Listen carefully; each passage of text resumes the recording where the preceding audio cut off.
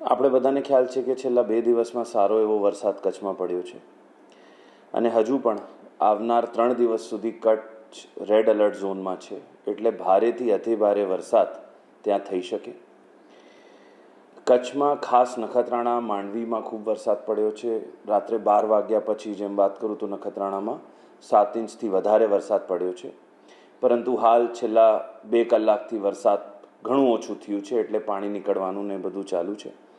પરંતુ મારી બધાને વિનંતી છે કે ખાસ જ્યારે અત્યારે જન્માષ્ટમીનો માહોલ છે, તો જે રીતની વરસાદની ગજવીજ સાથે વરસાદની આગાહી અત્યારે છે, તો કૃપા કરીને પોતાના ઘરથી બિનજરૂરી બહાર નીકળવા ટાળે.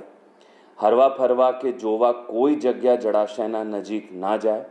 ખાસ કરીને કોઈ કોઝવે અથવા પાપડી હોય જેના ઉપરથી પાણી વહેતું હોય તો એને જોખમી રીતે ક્રોસ ના કરે. સમગ્ર વહીવટી તંત્રને એલર્ટ કરવામાં આવ્યું છે.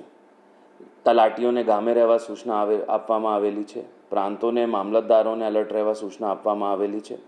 સતત દરેક ગામમાં આપણે એલર્ટ ઉપર છીએ. જે રોડવાળી એજન્સીસ છે, નેશનલ હાઈવે, સ્ટેટ હાઈવે, એ લોકોને સતત પેટ્રોલિંગની સૂચના આપવામાં આવેલી છે, જેથી કોઈ પણ જગ્યા ટ્રાફિકમાં અડચણરૂપ ના થાય. મામલતદાર ઓફિસ, કલેક્ટર ઓફિસ, સતત કંટ્રોલ રૂમ કાર્યરત છે.